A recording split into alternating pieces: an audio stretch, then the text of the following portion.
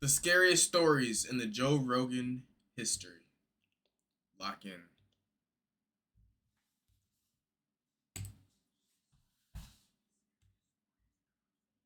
Rogan Experience podcast, starting with the Joe Rogan Experience number 1516 featuring Post Malone. During this podcast, Post Malone and Joe Rogan get into a discussion about ghosts, recalling ghost stories, and also talking about if ghosts are real or not. Later, they also discuss a theory on why places get haunted.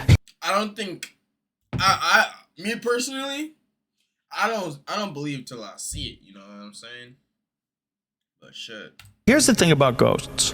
There's so many stories of them. Right. There's so many. Right. Now, is it because people are just scared and their senses are on heightened alert and they see things that aren't really there? That could be it. Because when it's dark out and you're tired and you're moving through the hallway, first of all, you might be half asleep anyway, but you hear things, you get scared, your senses get really heightened, and maybe you might see something that's not even really there. What Joe Rogan is describing here is a phenomenon called peduncular. Now we're getting into these big words.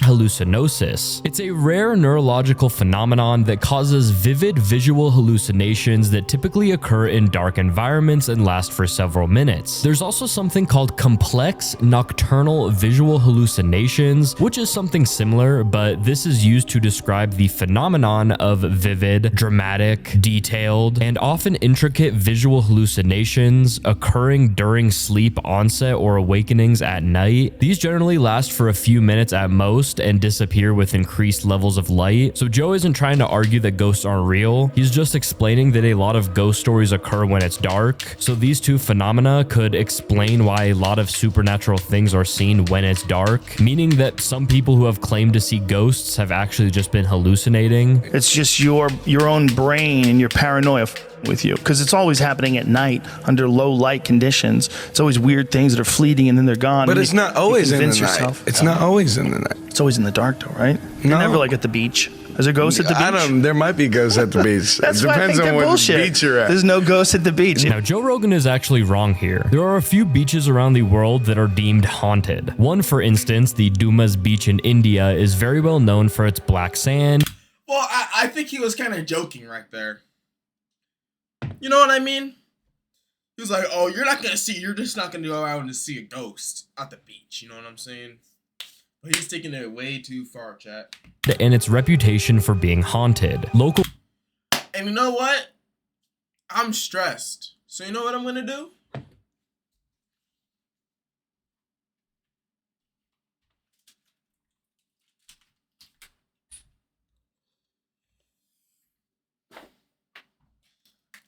Got me some gamer subs. Go ahead and get you some.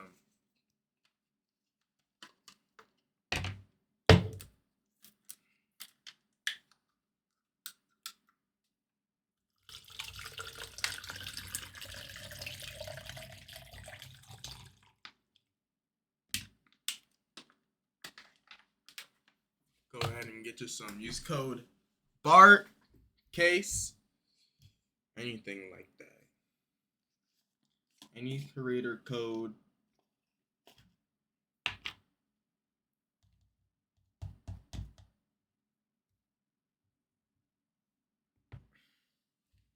Any creator code. Go get you some. And it's good too. Real people will know that you don't top it off. You just dump that John.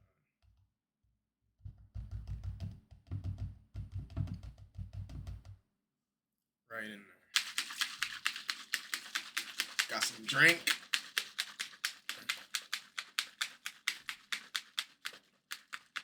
Can.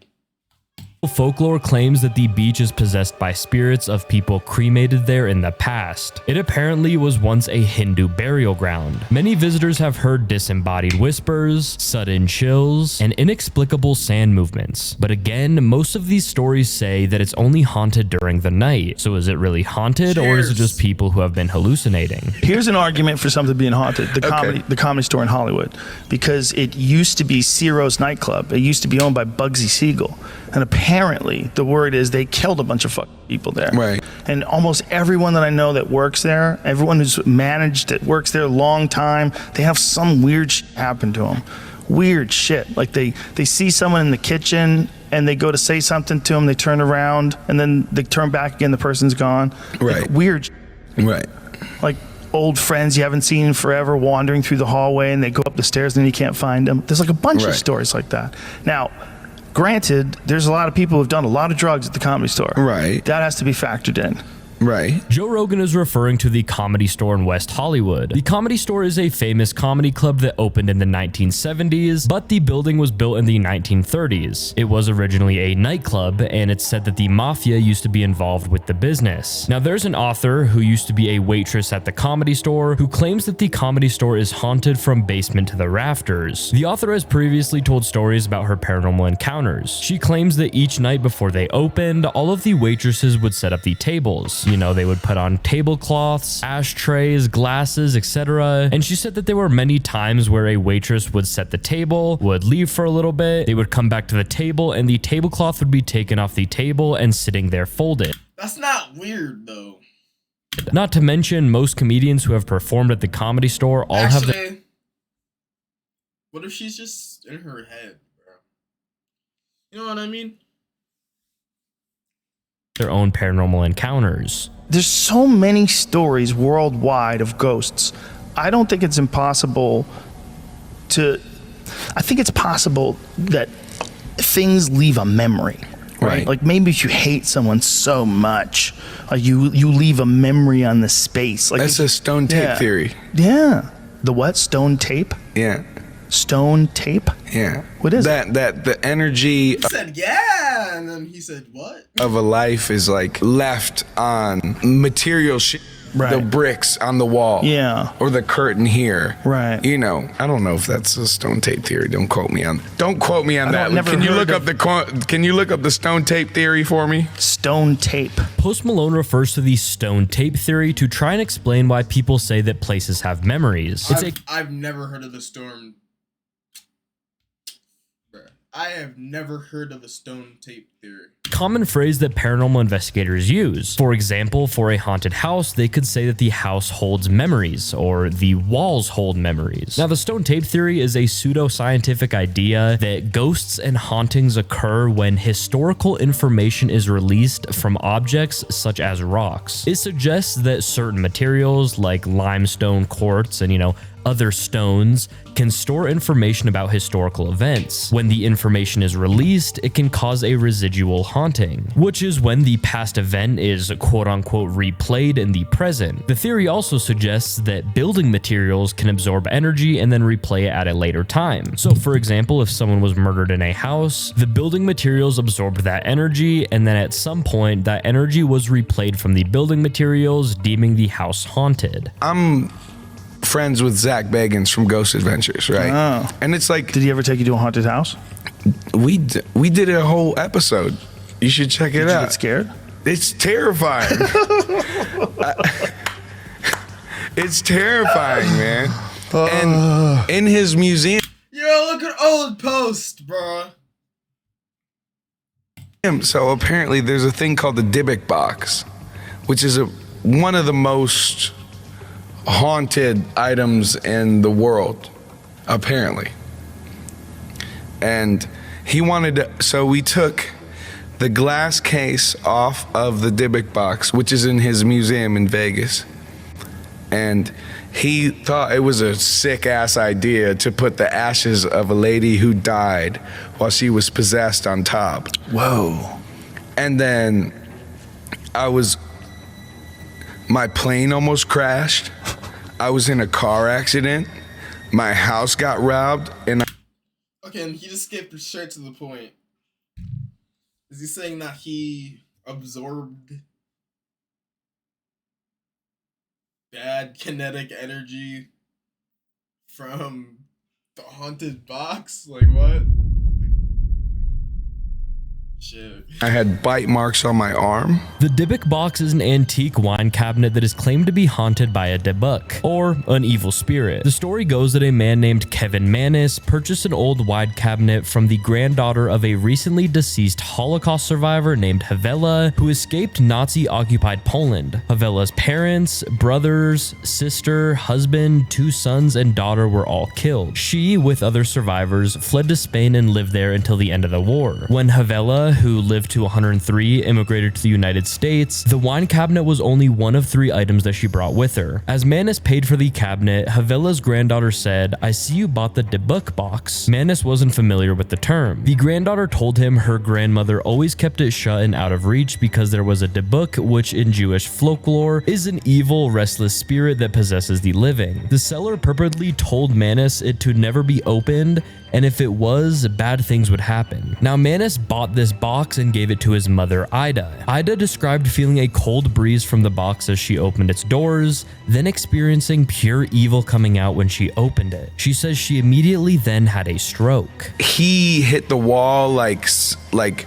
I've never seen someone in fear so hard as whenever he touched it. And it's I don't know if it's someone who's dead or if it's a demon or if it's something dimensional, but it's something there that goes bump in the night, I suppose. On the Joe Rogan Experience number 2020 featuring Python Cowboy, Python Cowboy tells Joe Rogan how he found a satanic ritual site. Now, Python Cowboy is known for removing invasive species like pythons and iguanas from the Florida Everglades. He also documents his work on his YouTube channel. Now, Joe and Python Cowboy first get into a discussion about the Florida Everglades, where Joe says that it would be a really good place to hide stuff. Now, Python Cowboy tells Joe about some things that he has found in the Florida Everglades. I've found vehicles that were used in crimes dumped out there. I've found dogs from dog fights that were dumped out there. I've found animals that have just been dumped. I've found very intricate and mind-blowing satanic rituals and sacrifices out there. What? Oh yeah, oh yeah. So I was, which I found different stuff before. You know, I'll find maybe where someone was doing some voodoo, some Santeria, sacrificed a chicken, whatever. All that's like kind of normal out there. That's not that crazy. But what I found this night was very crazy. Yeah, the police came and investigated it. It made the news. On this specific night, Python Cowboy was python hunting at an abandoned Aerojet facility. Now, at this facility, Aerojet developed rockets during the Cold War, then the facility got abandoned. Now, Python Cowboy says that you needed permission to be on the premises, but many teenagers and other people would sneak in and do things like spray paint the facility. Python Cowboy also claims that there have been murders and gang initiations at the abandoned facility. Yeah, it's a whole thing. So we go out there. The first thing I came across was a big rock pile with a upside down wooden cross on top and a bunch of red spray painted upside down crosses all over. And you could tell the cross, I think, was burnt a little bit. And it wasn't, you know, crazy, super crazy. Say swear.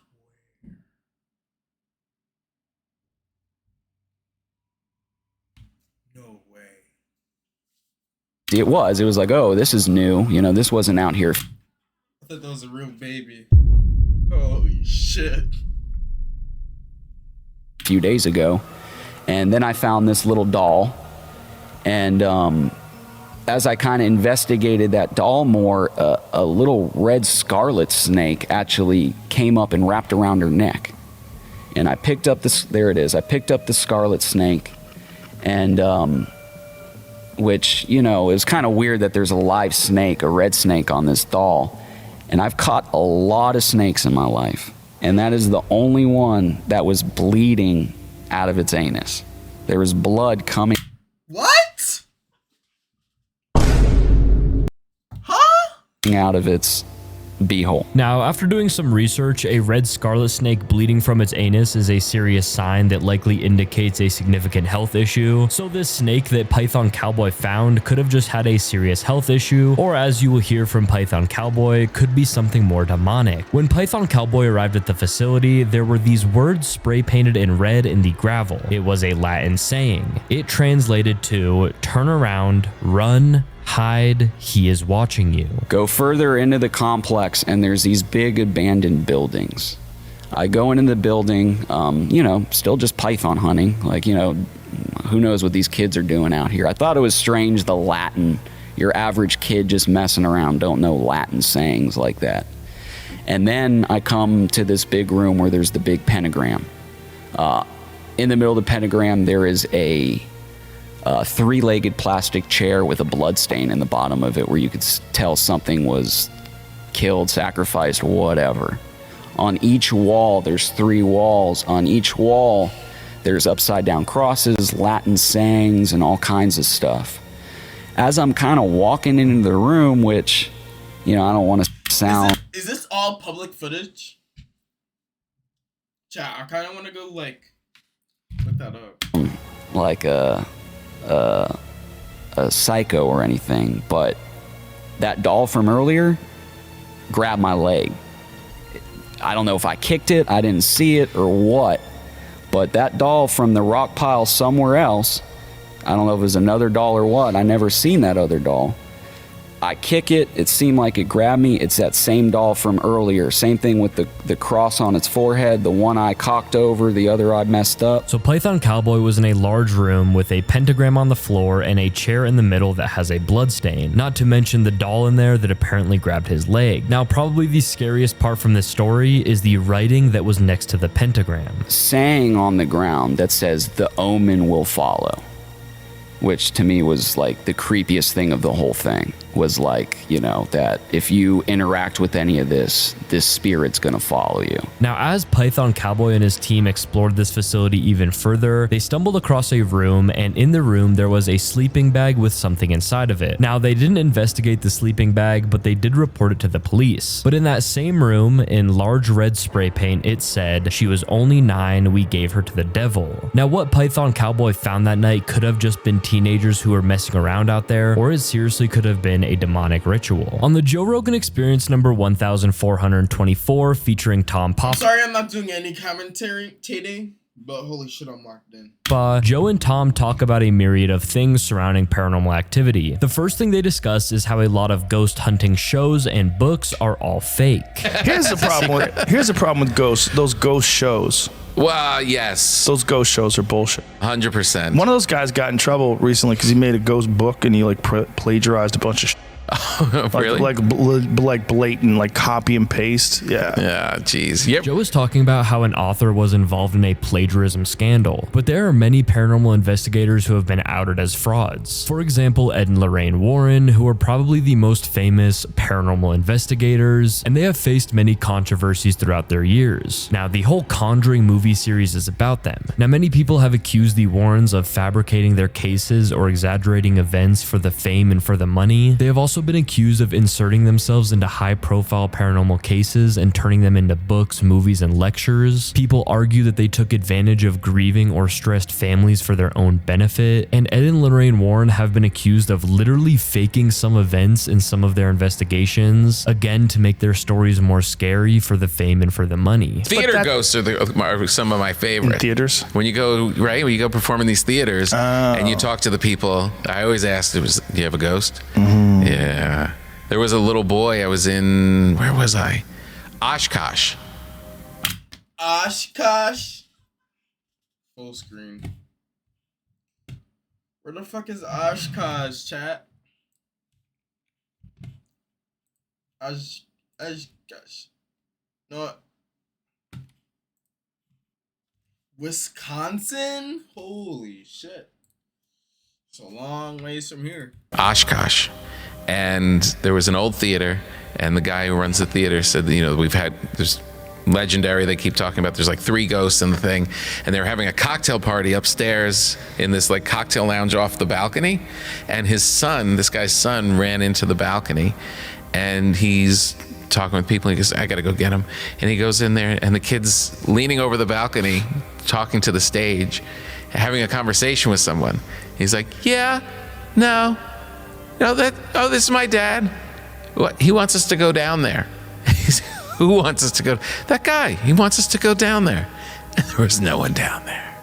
The thought about that with little kids is that little kids have not dulled all of their senses with the pressures of the world and all the other information that we carry around in our heads and all of our ideas of what's real and what's not real, and that little kids are open more, and then they can see things. Now, there are a few reasons why children could see ghosts more often than adults. Like Joe Rogan said, it could be because children don't have as much real-world experience and they don't know what's real or not real. An adult could see something quote-unquote paranormal but not think much of it and brush it off. But if a child saw something, they are more likely to believe what they saw. Another highly probable explanation could be...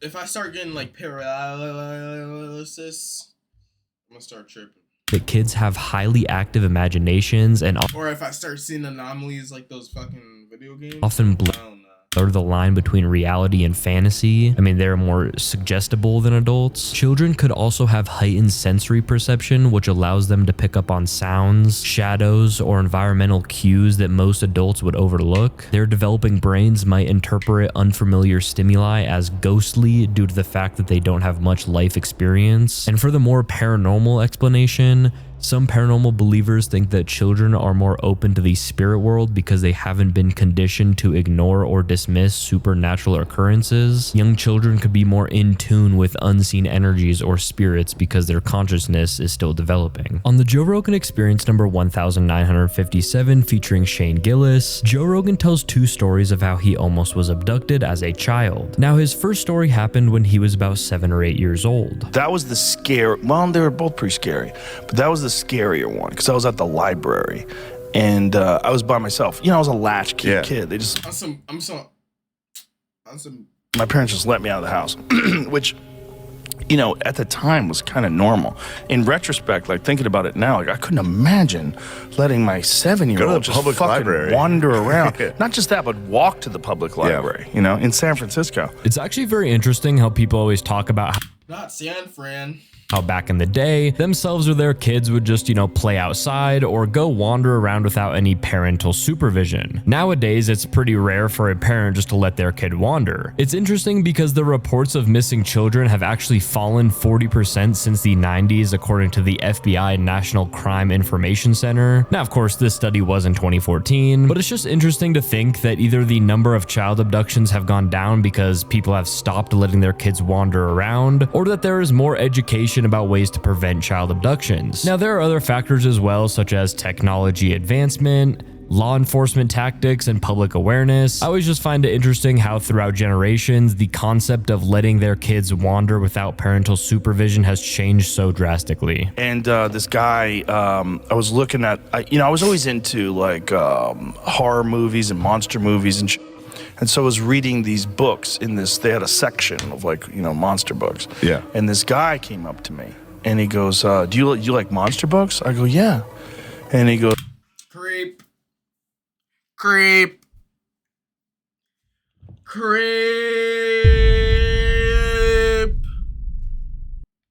oh, I have some monster books in my car. You want to see them? I'm No. like, okay. Like, I didn't know any better. I was 8 years old or whatever it was. And as I'm leaving with this guy, the librarian starts screaming, Joseph, you get away from that man. That man just got out of jail. And she yells at him to get out of there, and the guy runs away, and I just started crying, and I was like, whoa. Yeah.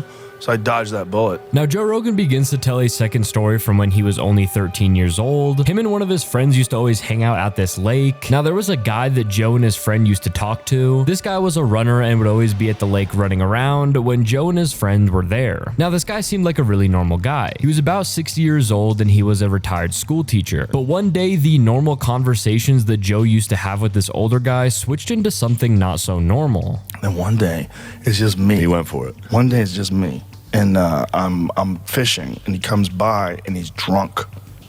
Damn. And he tells me he loves me, and I'm like super confused. How old were you? 13. Okay. And I had been talking to this guy on and off. I had seen. Bruh. If some random guy comes up to you and says that they love you, I'm slapping the fuck out of them. Respectfully. Actually, disrespectfully. You know what I'm saying? Lock in. him, you know, for months. Yeah. Like he'd come by, say Yeah, hi. yeah. It was always like casual, very good humored, very friendly, but he was like setting us up. And he comes by, and then I realize after, he tells me he loves me, but there can be no love without sex. That's what he says. And I'm like, what? And I had a knife. So I remember like I grabbed my knife in my pocket and I had my hand on my knife and I was like, oh my God, I'm gonna have to stab this guy. Damn. Yeah. I was like, this is gonna, because there was no one around. There was no one around. It was Wow. just trees and You were 13, forest. you were like, I was I'm gonna have to 13. stab. Oh, I was gonna cut this guy. I would have trusted the guy. I would have been like, yeah, you're right. You're smarter than Well, me. I'll see you later. I don't know what.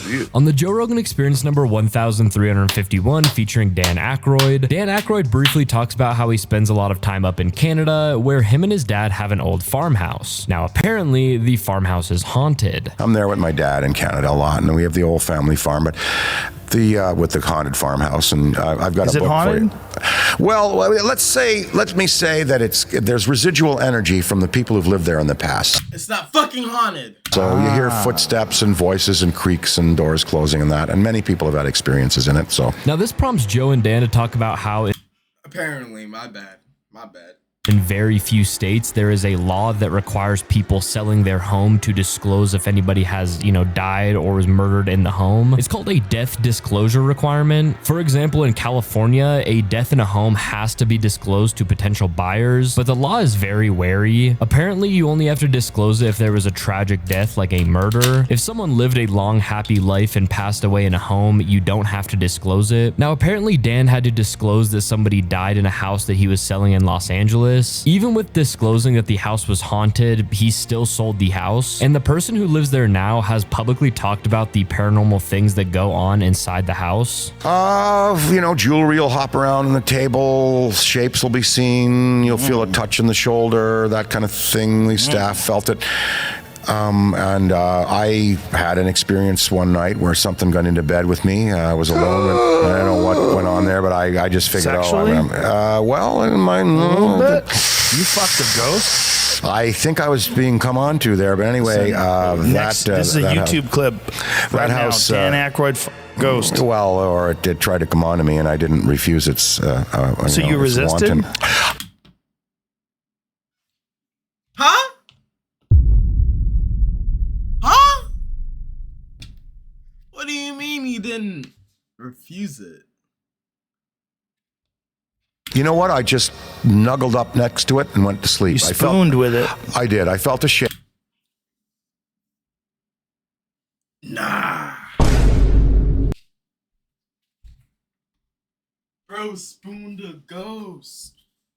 Bro was getting freaky with a ghost. Nah. I looked and saw the depression in the I saw the depression in the mattress, and I felt something next to me, like felt a form next to me, and I nuggled. No, not that night. I was working on a picture and went to bed early. Now, Dan says that there were two spirits living in the house, and one night his daughter saw one of these spirits late at night. And my daughter saw him walking with a little red-haired girl down the hall once, and we think that he might have been there. But anyway, when we sold the house to Beverly, there was right in the California real estate document that we had to sign. By law, you have to divulge any unusual activity in the house. So I had to sign a clause in there that said, yes, at the beginning of our tenure in the house, we did have experience. Yeah. Now, after doing some research, I also found that Dan had talked about some more paranormal things that went on in that house. Apparently, he had a Stairmaster in the house, and it would just randomly turn on. There was also a piano in their house. That's electricity. And at random times, keys would be played, and, when Dan would go The weight of the keys. You know what I'm saying? and look, there wouldn't be anybody at the piano. And he has many instances of doors being slammed. Thank you so much for watching. Let me know down below if you'd like to see a part 2. Subscribe if you're new, and peace out. WVid. On to the next.